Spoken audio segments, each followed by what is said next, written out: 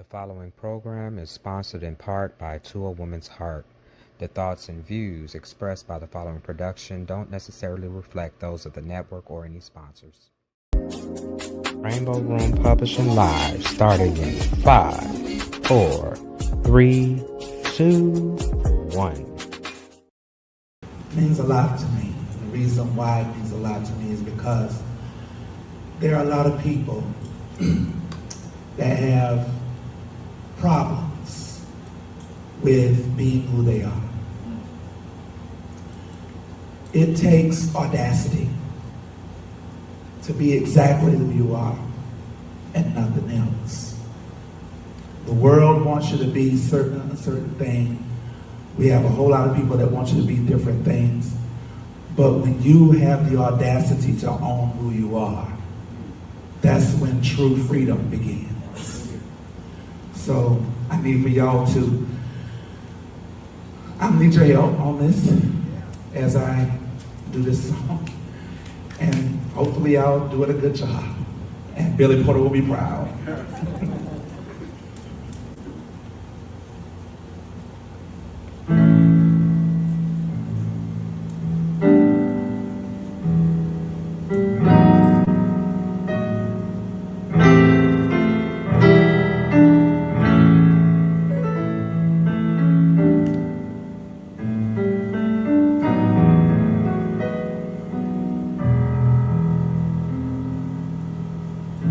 When I was a kid, silence was my self-defense.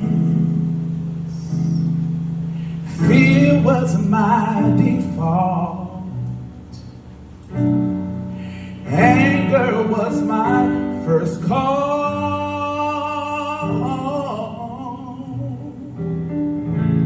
After many years, figured out my best revenge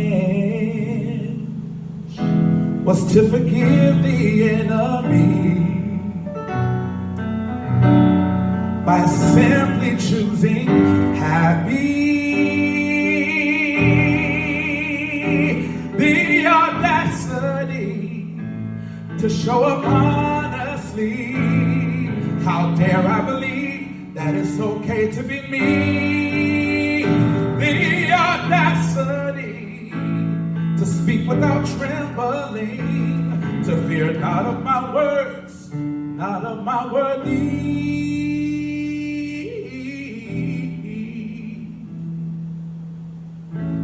I was scared of joy, cause then I had a thing to lose, but I did it anyway. Wait to hear them say the audacity to show up honestly. How dare I believe that it's okay to be me? The audacity to speak without trembling. Fear not of my words, fear not of my worthy. Sometimes I fall into damaging thoughts because I don't deserve the love that I got. But then I take a second to breathe. I always come back to me. I always come back to thee.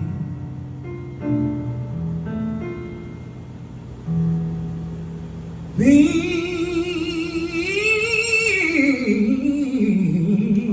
audacity to show up honestly. How dare I believe that it's okay to be me? The audacity to speak without trembling, to fear not of my words, not of my worthy. The audacity to show up honestly. How dare I believe that it's okay to be me? The audacity to speak without trembling, to fear not of my words, not of my worthy.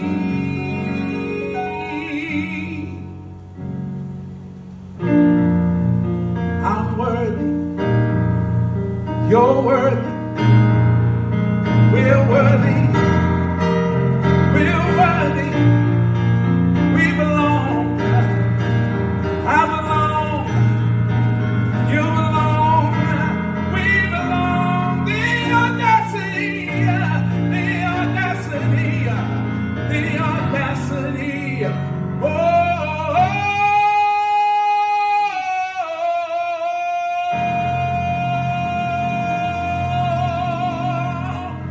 To be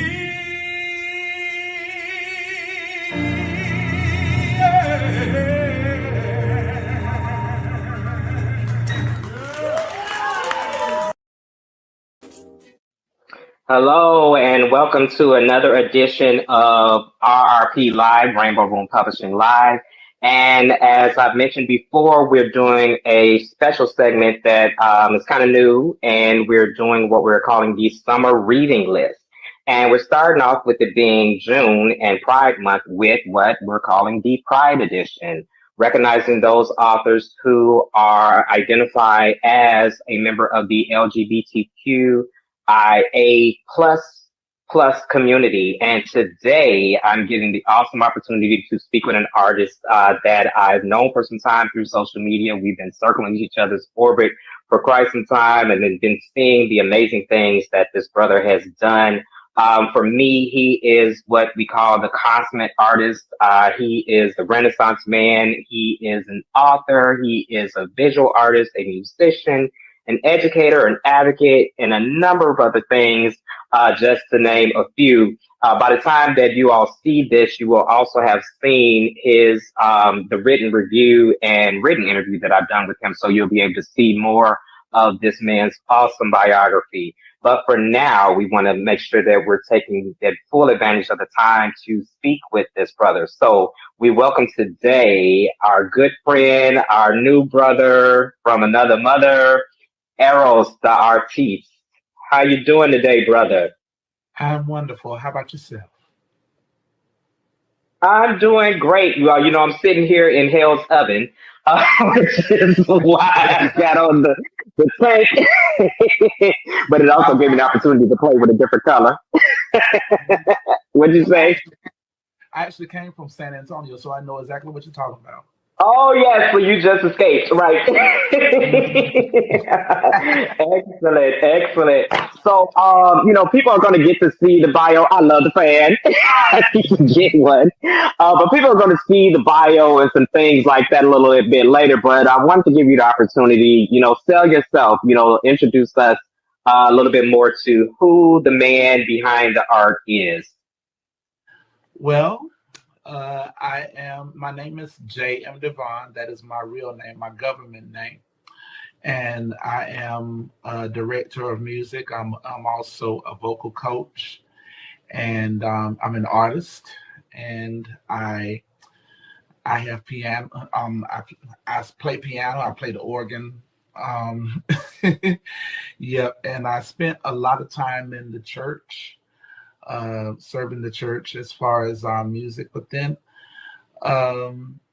there was always this cry inside of me that said, okay, my brothers and sisters are really going through it. And some of it has to do with the way the church has treated them. So I had a book that I wrote on for about 12 years.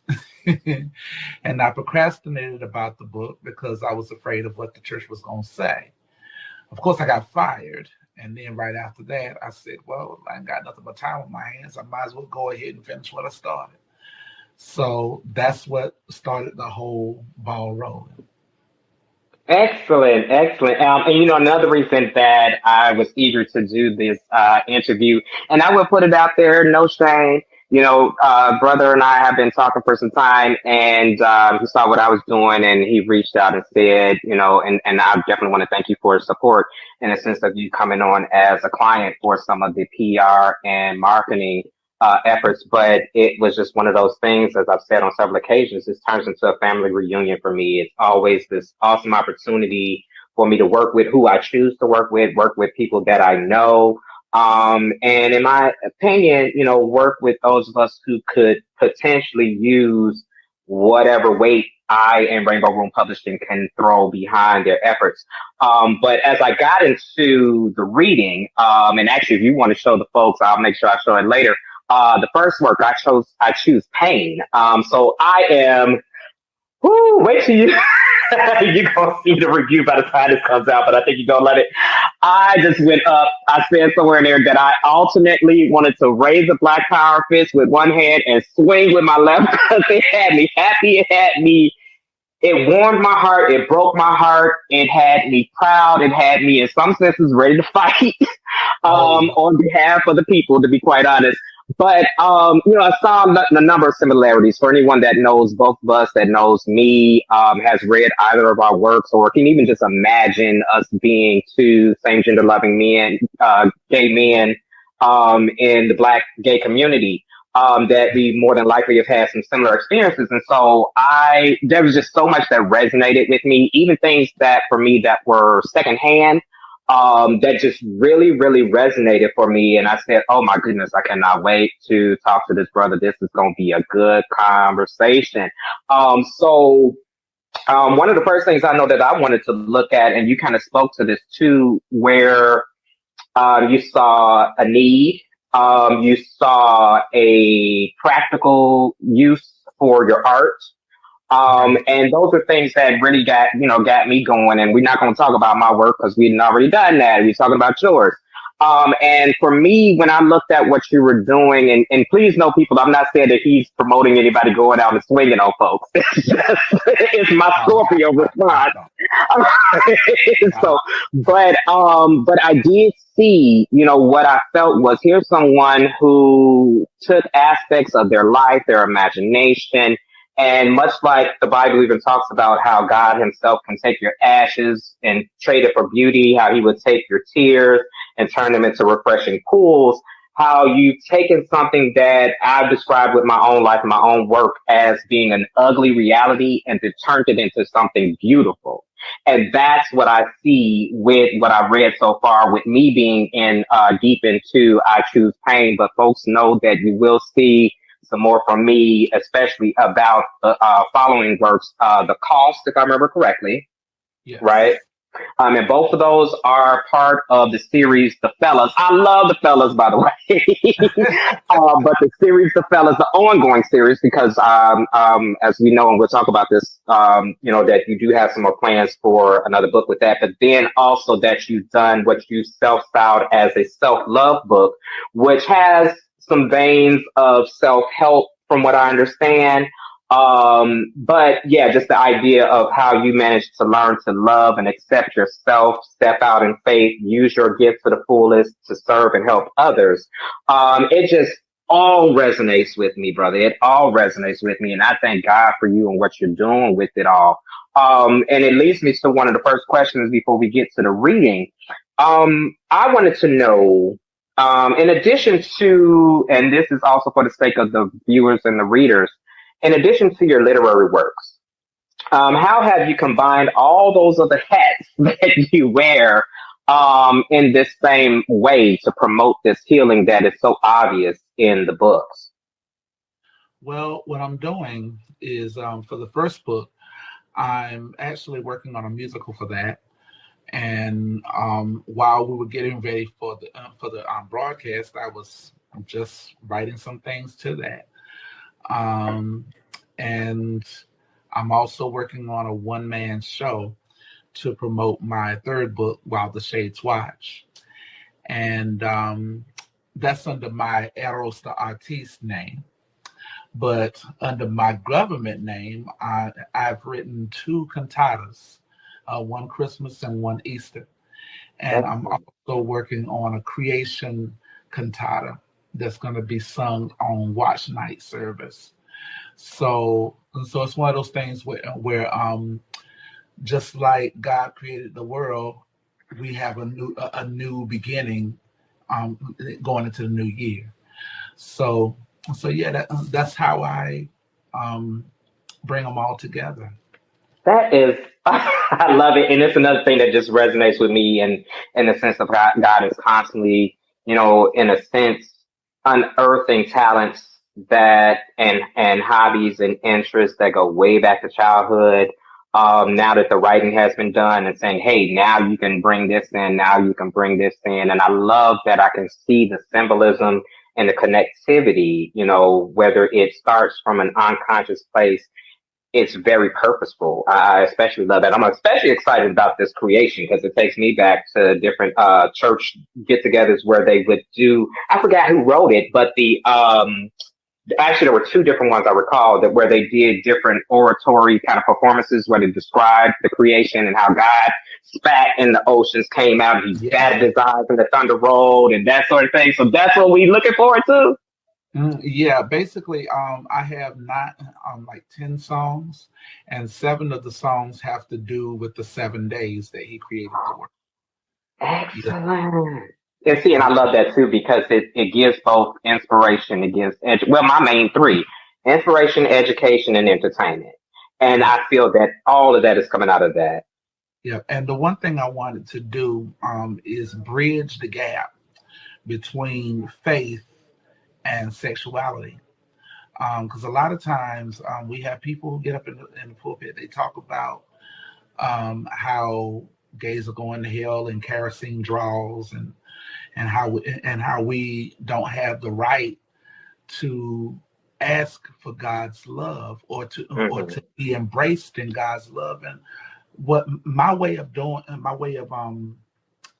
all this, from the books to the music, is to let our people know, hey, no, God loves you. God loves you, and God loves everything about you. He knows everything about you. Yep, and he just loves you. So this is just my way of bringing more light to the world.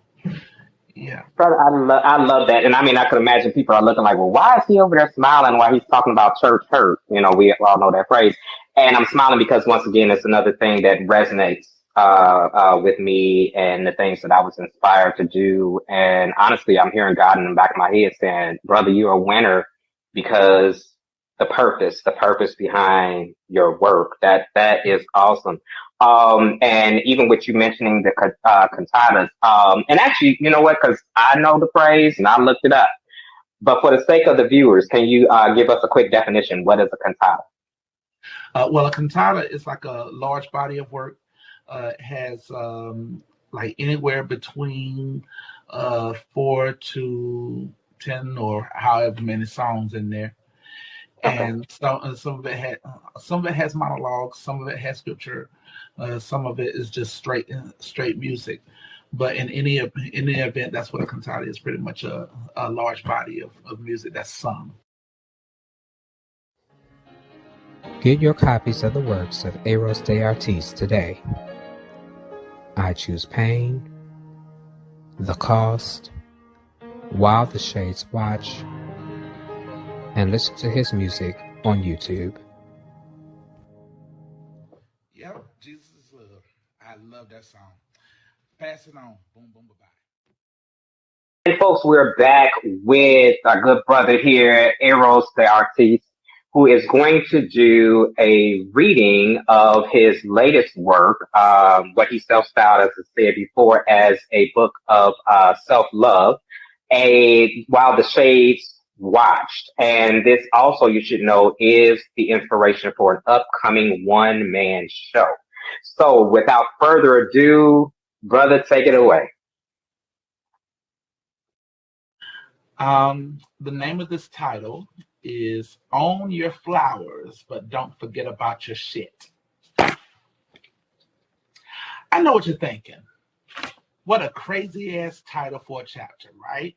But trust me, there's a reason as to why I chose it. By now, y'all know how much I dig nature. Sometimes I like being in nature a little more than the musical career that I hold so dear. Why? Because I learn from it. I grow more as I engage in it. In fact, there are times when the inner nudists come out, and I find myself wishing that I can walk around all natural without being locked up for indecent exposure or having the saints nail me straight to the cross next to Jesus. But what can I say? Anyway, You hear me talk about flowers a lot, and one of the things that fascinates me is the growing process. Imagine the seed planted in the dirt, which is filled with nutrients that help to see it grow into a blossom. Every now and then, however, there are some types of soil where the seed just will not flourish into flower no matter what you try. Ugh. Maybe the soil is too sandy, too porous, too muddy, or too rocky. But there's no way that this seed can be nurtured in this type of soil. So the soil is replaced by manure, or what the cussing farmer in me calls harsh shit. I spelt it right. That's my term. Oh, it stinks worse than pigs and funky armpits mixed with ass deposits. But something about the formula of the manure generates growth within the seed. Before you know it, you have beautiful flowers filling the air with their sweet scent. Another thing that enthralled me was the love that accompanied the growth of the flowers and the dislike when dealing with the agent that assisted the growth, the shit. I say this to you now. Be prepared. You're going to see the word shit a lot, so I hope you had your breakfast. We don't like to talk about shit.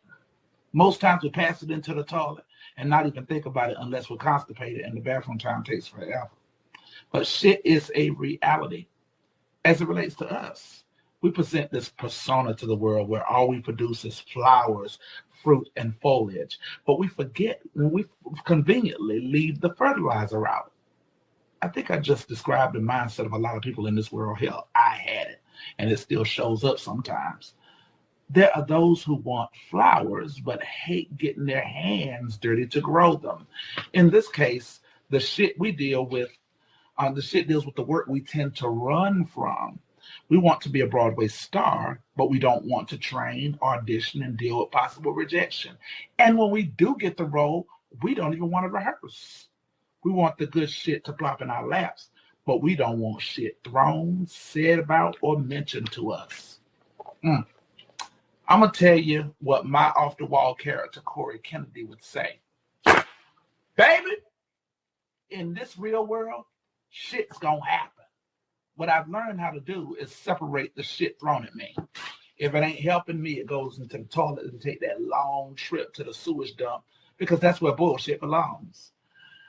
If it can help me, then guess what? I got flower seeds, fruit seeds, vegetable seeds, and hayseed honey. I'll just take the harsh shit and grow a garden. See, this is how you make shit work for you. And catch this, those that's shading you and throwing shit at you don't even know that they fertilizing you, baby. I'm going to tell you a secret. Almost every heap of shit people throw at you possesses a small element you can use. For example, if you're wearing something kooky and somebody has something to say like, ooh, what possessed him to wear that out the house? Let me tell you how you spin that. If you were not feeling that outfit before you put it on, that could be your own lack of enthusiasm that's sending the message out for somebody else to confirm.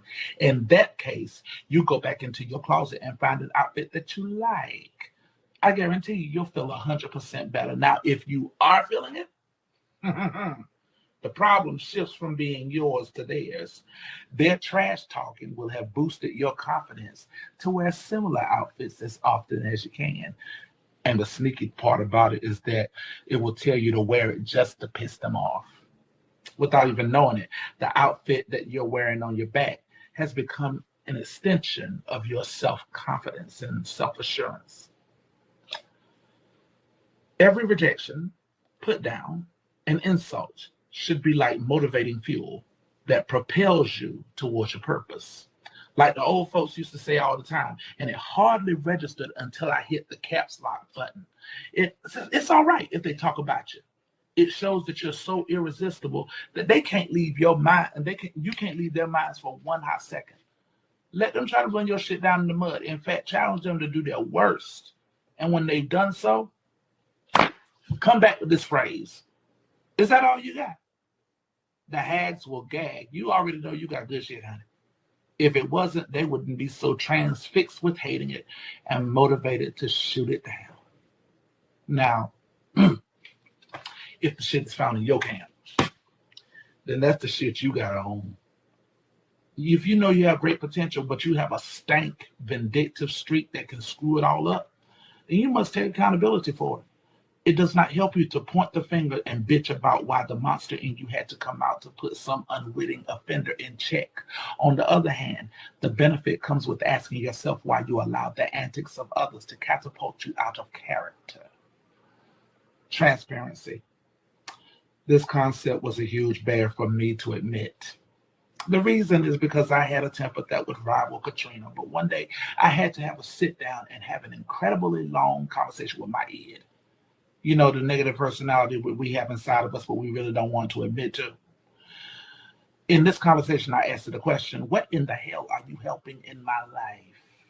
In hindsight, it has done very little except make a difficult situation worse.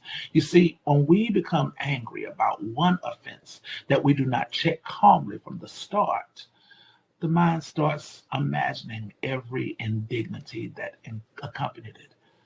It feeds and replays the feelings of disrespect and embarrassment that stems from it. It sits with us until we can't bear it.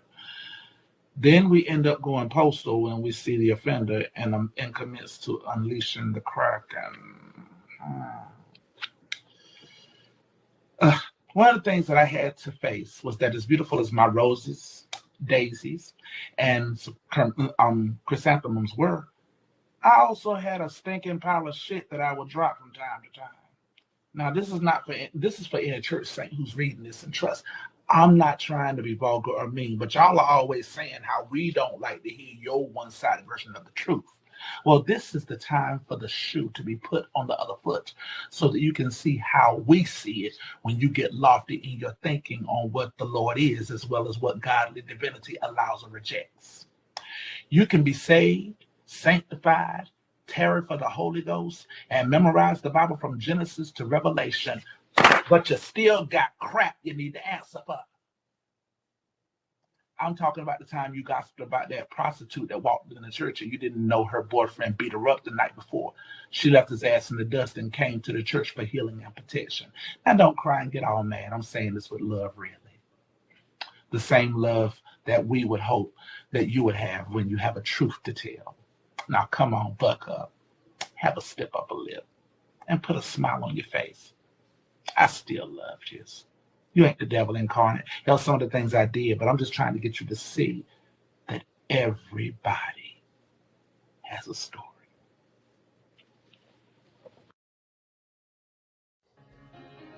Get your copies of the works of Eros Da Artiste today. I Choose Pain, The Cost, While the Shades Watch, and listen to his music on YouTube. Yep, Jesus is love. I love that song. Pass it on. Boom, boom, bye-bye. I mean, for so many reasons, because for one thing, you answered one of my questions while I'm reading the first book. I was like, now, which one of the fellas is he? And I already had an inclination because of his musical inclination in the book. So we're not going to reveal that to nobody. We'll let them read the book. Of course, folks, I'm talking about I Choose Pain. But my word, it goes to a lot of what I was even looking at it in the review that I'm writing, that the fact that I saw a duality, I saw not a contradiction, but what is the word I'm looking for?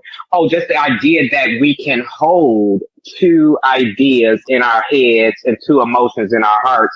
And what I got from the reading that you're doing now, as well as what I've been reading so far, is that there is that examination, that probing of the hypocrisy in safe spaces, as well as a reverence and a respect for the same when it comes to what unfortunately have become the outliers, the people who actually do walk the truth, exercise the truth that they speak. And you did that in this reading. I love it. What, you named yourself a country boy. My people are from Mississippi. I'm originally from Chicago. Second generation, from the South, or as one of my pastors used to say, I'm from Chicago by way of Mississippi, Jackson area, Vicksburg, Bolton, for those of you who know it.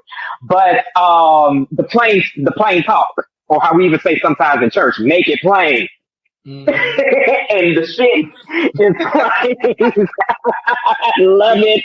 I love it. I love it. I love it. I just, I was thinking about it. I was like, we always talk about flowers. We always talk about the roses and all the shit that we grow, but we don't even want to talk about the shit that it took to grow the damn flowers. Yeah, and I was like, maybe I need to go ahead and uncover some of this so that people know, hey, listen, it's okay for you to have flowers, but you can't forget about the shit. I mean, because it's the shit that grows the damn flowers. And see, that goes to you as the artist, honestly, because it's the symbolism. And I'm looking at all of that in the writing. But, you take that into the idea of our lives and that we become, in a lot of respects, these beautiful people, whether it's our internal spirit, our internal mental, emotional soul, our being, because in a lot of instances of the shit we go through, or if you want to talk about the physical, I'm actually doing my best for this workout. I hope I'm getting there. But, the shit you got to go through to keep this packaging, right. You go through some hard things in order to get to the beautiful parts of it. And even to the testimony that you yourself are, in the sense of you prove that, yes, you go through these things and you can come out the other side of them. As the Bible even says, purer than gold or pure gold, I believe is the way that phrase kind of goes. But as we to get into a lot of the quote unquote churchy speech, one of the questions that I did want to ask was, I kind of already spoke to this idea of safe spaces and things like that, the church being one of them. But what has been the response, not just necessarily in terms of who bought or what have you, but what people have had to say, in the sense of the general public, in the sense of the Black community, in the sense of the church? You can put Black on the front of that if you want. What has been the response to your work? Well, the response has been overwhelmingly positive. Most of it's been positive. It's been small because we're talking about the church, and there are some people who, if you are reading something that has to do with LGBTQ, that gives people reason. It doesn't give it a good reason, but it gives people reason, they think, to point out the flaws and be like, you shouldn't be reading that, and you shouldn't do this, and you shouldn't do that. But the people that have read it from the churches that I serve, they were and they said that they were impacted in a great way. And one of them wrote a review on Amazon, and it was just awesome. It was a beautiful, beautiful review. Yeah, it was on the first book. Yeah, but yeah, the response has been overwhelmingly good. I would like for it to be better, but yeah, but it's been good. Well, since we both in the household of faith, I'm gonna give it to you. Despise not the day of small beginnings.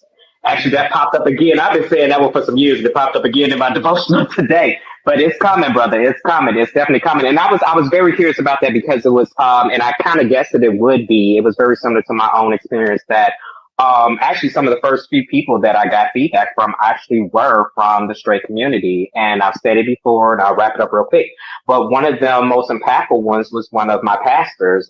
She never, spoke anything homophobic.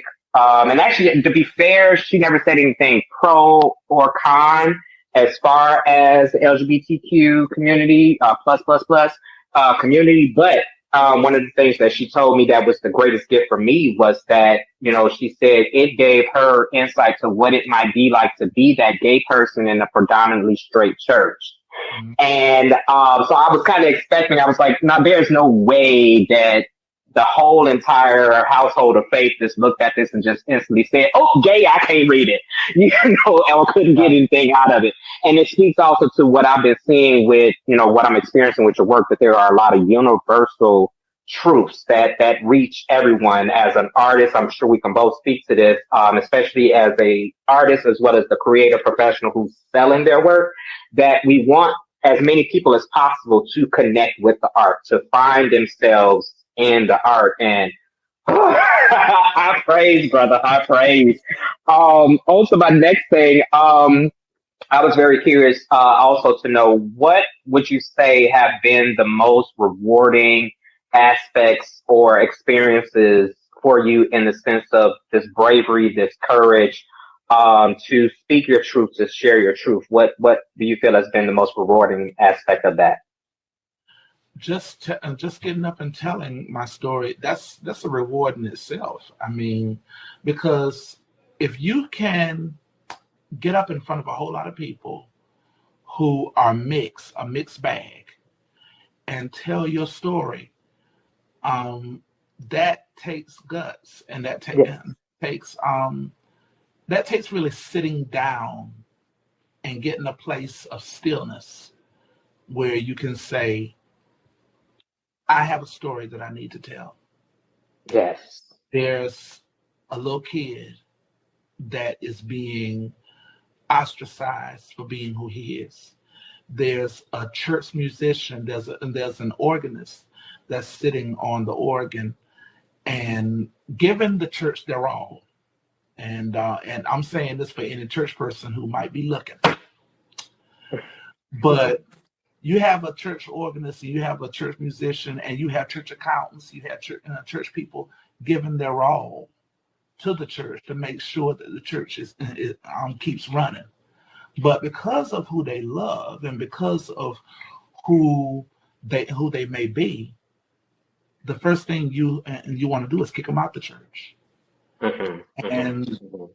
And that's kind of like of a testament of why the church pews are empty now. Because there are people who just don't, I mean, they don't want to hear the convoluted versions of the truth based on your bigotry. They want to hear that God loves them.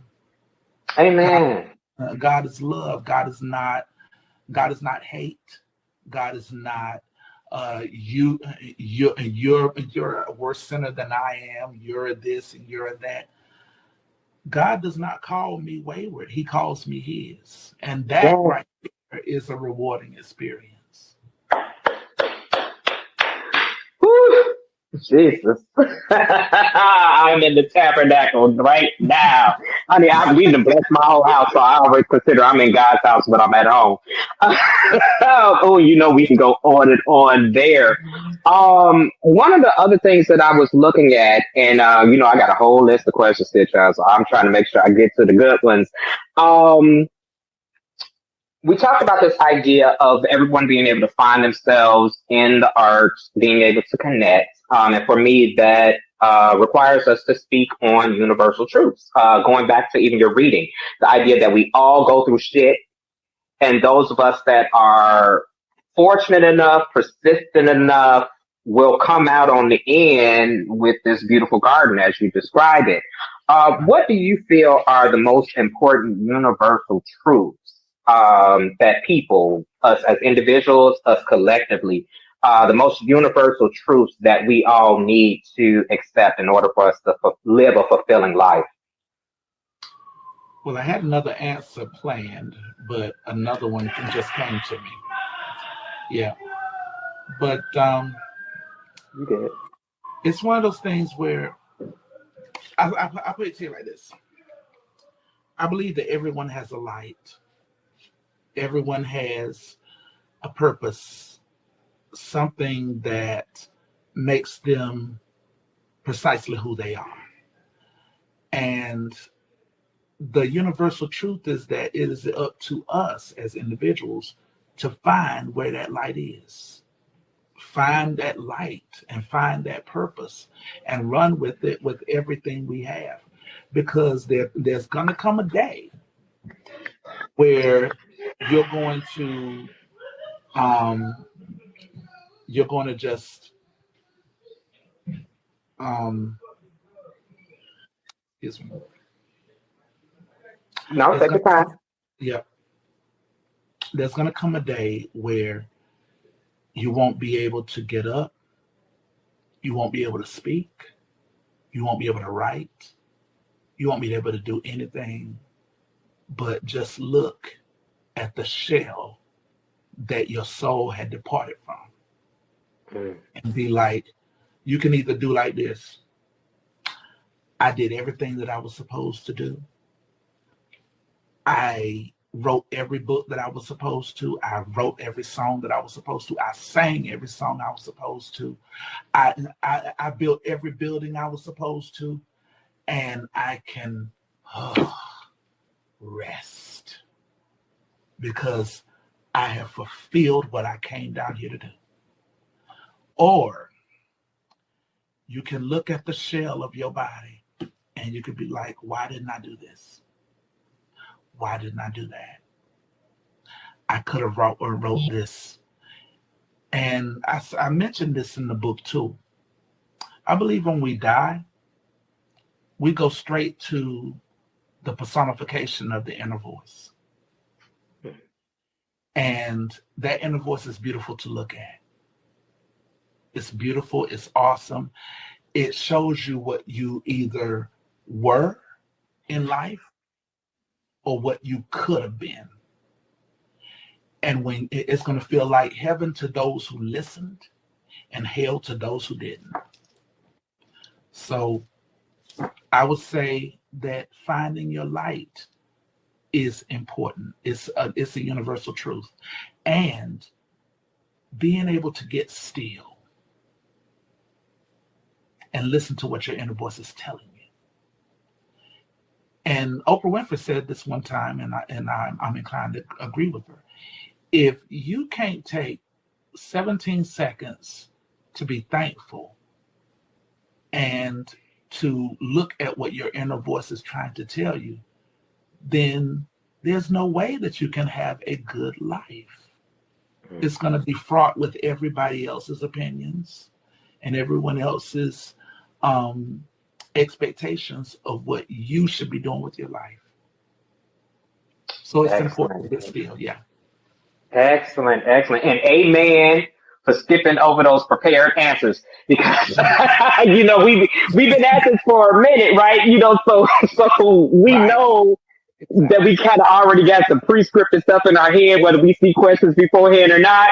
But that is a part of the experience, especially when we talk about, from the household of faith and Christians and observing and listening to God and listening to the inner voice, like you said. And sometimes he will say, you got to throw that script out. There's something more relevant and more truthful and more important to be said, not only said, but heard by someone now. So brother, I appreciate it. One of the things that I wanted to get to too was, you're doing all of this, you're, in my opinion, I've said it and it's in writing already. You'll see it soon, but I've said, how you've inspired me in a lot of different respects. And one of the things I especially wanted to touch on, just in my commentary was just the idea that I love the bravery. It's one thing for us to fictionalize the experiences, and it's a step, in a sense of stepping out into the world as our true authentic self. But it's another step when you drop all of the fictional, all of the little disclaimers. Any of the characters that may be depicted are purely in the imagination, blah, blah, blah, blah, blah. But to get to that place where, okay, no, this is my story. This is my truth. And so as I think about all of that inspiration and everything, I'm curious to know, what artists, and I have to even add advocates, inspire you, living or dead. Well, I have many. On the sacred side, because I'm a music person. On the sacred side, I like anything from Handel, Mozart. And on the gospel side, I love Shirley Caesar, Walter Hawkins, Edwin Hawkins, Richard Smallwood. Those are my influences. And Twinkie Clark, the Clark sisters. I patterned my playing after her. I don't know if I got it right yet. I bet you do. I bet you do.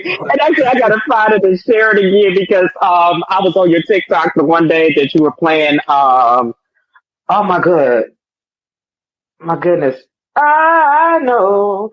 Jesus is real. Jesus is real. I think it is. I can't even remember the title of the song. Yeah, You know which one I'm talking about, though, right?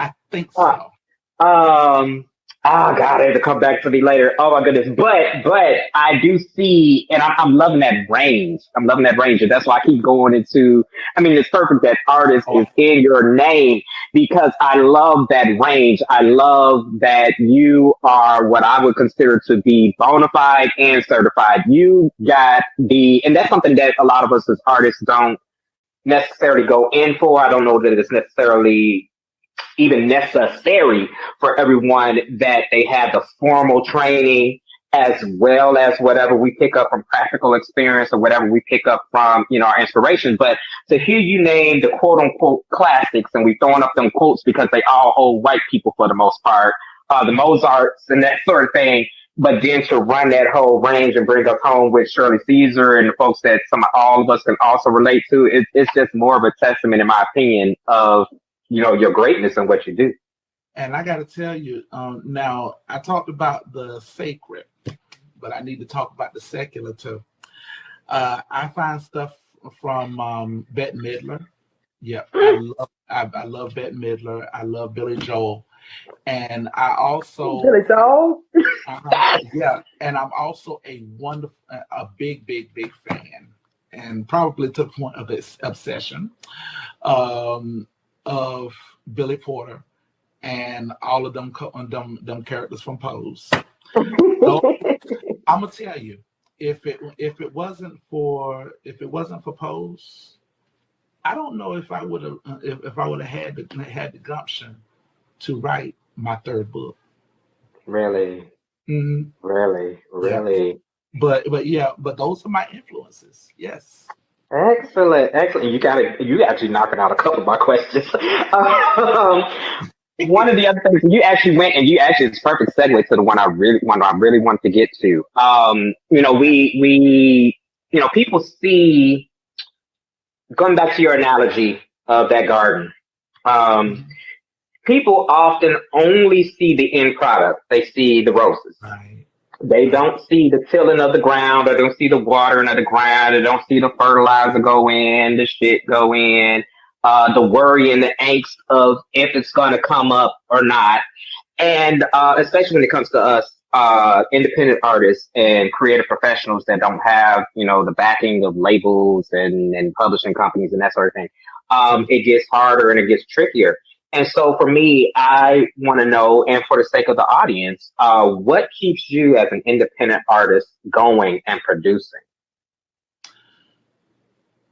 I had another answer for this one, but another one just came up. Seeing the darkness that's out there has made it where I have no choice but to shine my light Mm. because I want to make sure that I shine so brightly that anybody who is looking for light can find it. Amen. Amen. I love that. I love that. Well, brother, I've been taking up quite a bit of your time, but we're going to get to these last couple because they are important. Um, what golden nuggets of wisdom and inspiration do you have for those budding artists? And let's not forget, just like me and you, we just talked about this. Those of us who are already in the mix, those of us who already have a little bit of recognition and that are still climbing up the quote unquote rung and up the rough side of the mountain. um, what inspiration and what golden nuggets of wisdom and any instruction even can you give to the collective?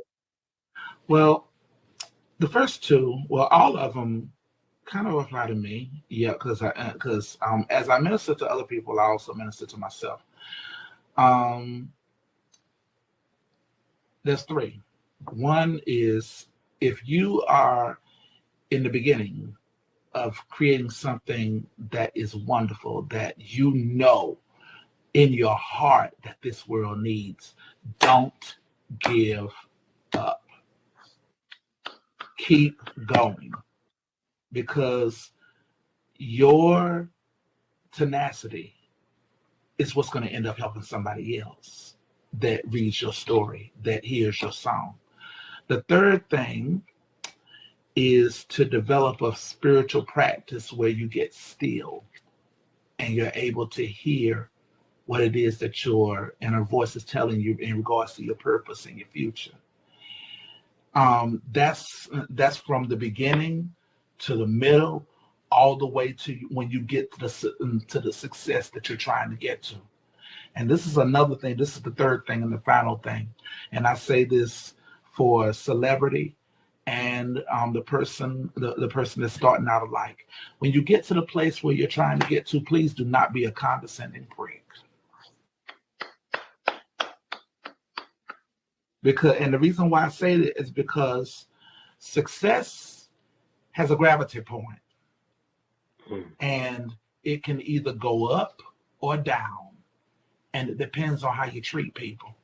And if you treat people like trash, then your career is going to tank. But if you have gratitude, and if you help people, if you focus on the good that you can do and the light that you can bring, you have nowhere else to go but up. Even though it might look like it's going down, you have no place else to go but up. Brother, I give you that back. I give you that back. I mean, as you look at this interview down the line, somewhere when you sitting in your penthouse and whatnot, and you made the millions and you blessed all the people, come back to this recording and remember and remind yourself, encourage yourself, as we say, kind of thing. Before we get you up out of here, we got to leave them with that one all important thing. Here we are, we've given them the man, giving them the words, and everybody's not going to have the opportunity to do that. But thankfully, we do have your works. Where can the people get your books? Where can they connect with you? Where can they hear your music? Well, they can hear me they can get my works on Amazon. I have them on Amazon Kindle, and I also have paperback books available on there. Now, Amazon, and I'm grateful for them, for their platform, but whenever they purchase straight from them, I don't get much. I get profits, but I don't get as much. So if they would like to get a book where it's autographed, then they can always hit me up on Facebook, TikTok, Instagram, Twitter, LinkedIn, you name it. Excellent. and it's under my name, Eros Da Artiste. All right, and this is why I love you, and this is why you're here, because that's a teachable moment that I usually have to put out there. Go directly to the artist, at least ask them where they would like you or how they would like you to support them. And that's exactly the example that I always give. Well, brother, I so appreciate your time. I know you got a million things and you an hour later than me. So I'm going to let you get back to the awesome creating that you're doing. And I'm going to send our people out with my usual blessings. Thank you for your time. Thank you. Thank you so much. All right. And we will talk soon. Bye-bye. Well, folks, there you have it from the man himself. I can't stop singing his praises as far as his work, as far as his art. Eros Da Artiste. Don't forget the name. As you see it scrolling across the bottom, you find that name, you find that tag, you find it any and everywhere on social media. You find it. You could do the Google search even, and it should get you to him and to his works.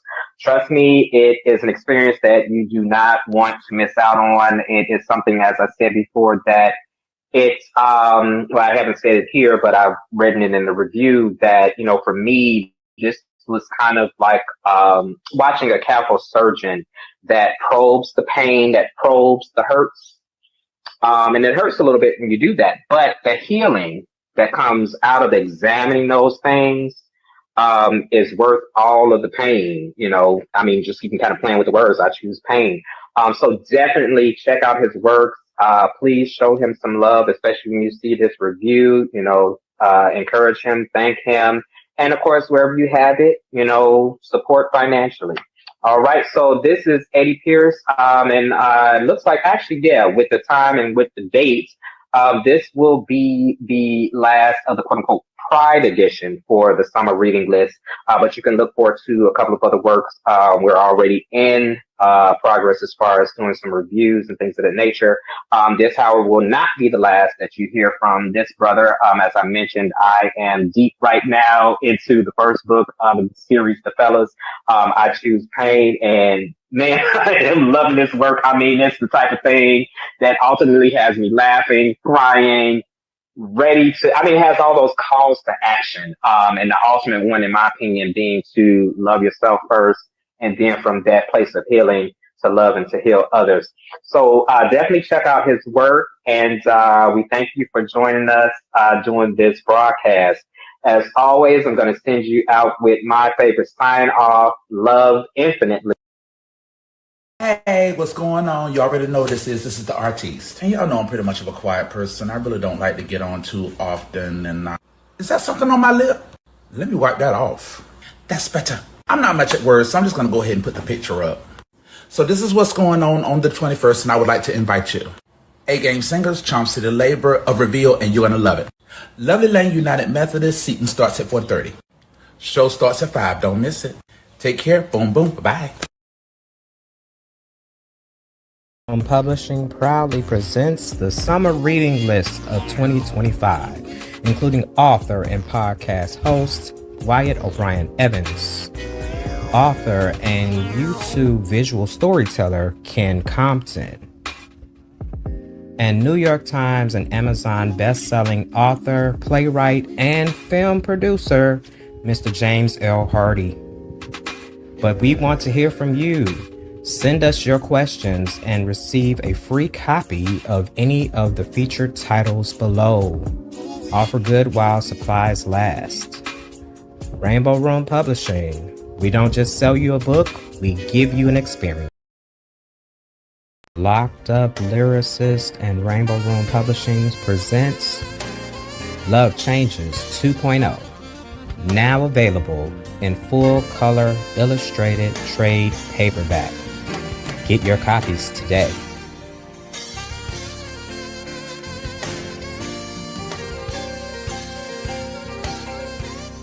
The reviews are in, and Mr. Black Satin is hot. Pierce's book is a triumph of honesty. Like Ernest Hemingway, Pierce describes every moment, every touch, and every emotion so descriptively that you can feel it. Lennox McGee, former executive producer and co-host at Urban Broadcast Media, in response to the series. Love Changes 2.0. Available now. Get your copies.